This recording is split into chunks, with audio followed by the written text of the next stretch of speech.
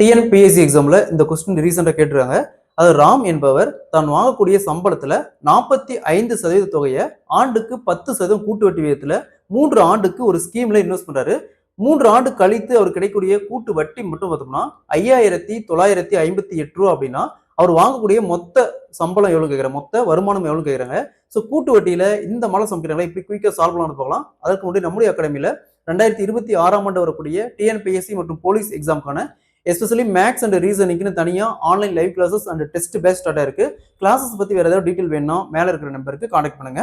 கொஸ்டின்ல ராம் என்பவர் தான் வாங்கக்கூடிய வருமானத்துல 45% தொகையை ஆண்டுக்கு 10% கூட்டு வட்டி விகிதத்துல 3 வருஷத்துக்கு ஒரு ஸ்கீம்ல இன்வெஸ்ட் பண்றாரு.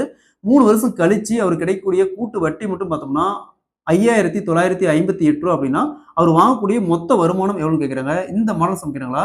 ஃபர்ஸ்ட் கொடுத்துருக்கிற பர்சன்டேஜ் மட்டும் எடுத்துக்காங்க. 10%. 10% எப்படி எழுதுவோம்? 10 வகுத்தல் சதவீதத்துக்கு 100 எழுதுவோம். 0 அப்படியே கேன்சல் பண்ணிடலாம். ஸோ அப்போ 1 வகுத்தல் 10ன்னு இருக்கும். ஸோ இந்த 10 அப்படிங்கிறது அசலுக்கான ரேஷியோ, இந்த 1 அப்படிங்கிறது வட்டிக்கான ரேஷியோ, ரெண்டையும் ஆட் பண்ணால் மொத்த தொகைக்கான ரேஷியோ. ஸோ ஃபர்ஸ்ட் அசலுக்கான ரேஷியோ எடுத்துக்கோங்க 10. அசலுக்கான ரேஷியோன்னு 10. நெக்ஸ்ட் மொத்த தொகைக்கான ரேஷியோ. மொத்த தொகை அப்படிங்கிறது அசல் ப்ளஸ் வட்டி ரெண்டும் சேர்ந்து தான். அப்போ 10 + 1 11. நெக்ஸ்ட் பாருங்க, இங்கே வருஷம் பாருங்க, 2 வருஷம் 3 வருஷம் 4 வருஷம் தான் கொடுப்பாங்க.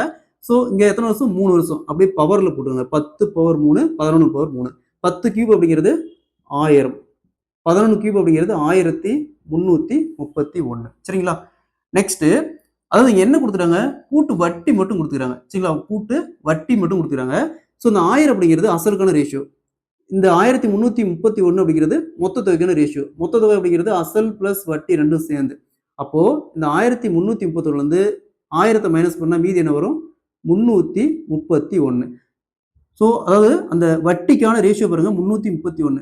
இந்த 331 அப்படிங்கிறது தான் இந்த 5,958. சரிங்களா? ஸோ 331 = 5,958னா இங்க என்ன இருக்குது? 1000 இருக்குது. இங்க ரேஷியோ பாருங்க, அசலுக்கான ரேஷியோ 1000. அப்போ 1000க்கு என்ன? இதை அப்படியே கிராஸ் மல்டிப்ளை பண்ணீங்கன்னா 1000 × 5,958 வகுத்தல் இந்த 331. ஸோ இந்த 5,958 331 கேன்சல் பண்ணோமா 18 டைம். 18 × 331 5,958. நெக்ஸ்ட் 1000 × 18 = 18,000. ஸோ இந்த 18,000 அப்படிங்கிறது தான் இந்த 45%. அதாவது இந்த 18,000 அப்படிங்கிறது தான் 45%. அவரு அந்த 18,000 தான் இந்த ஸ்கீமில் இன்வெஸ்ட் பண்ணியிருக்காரு. சரிங்களா?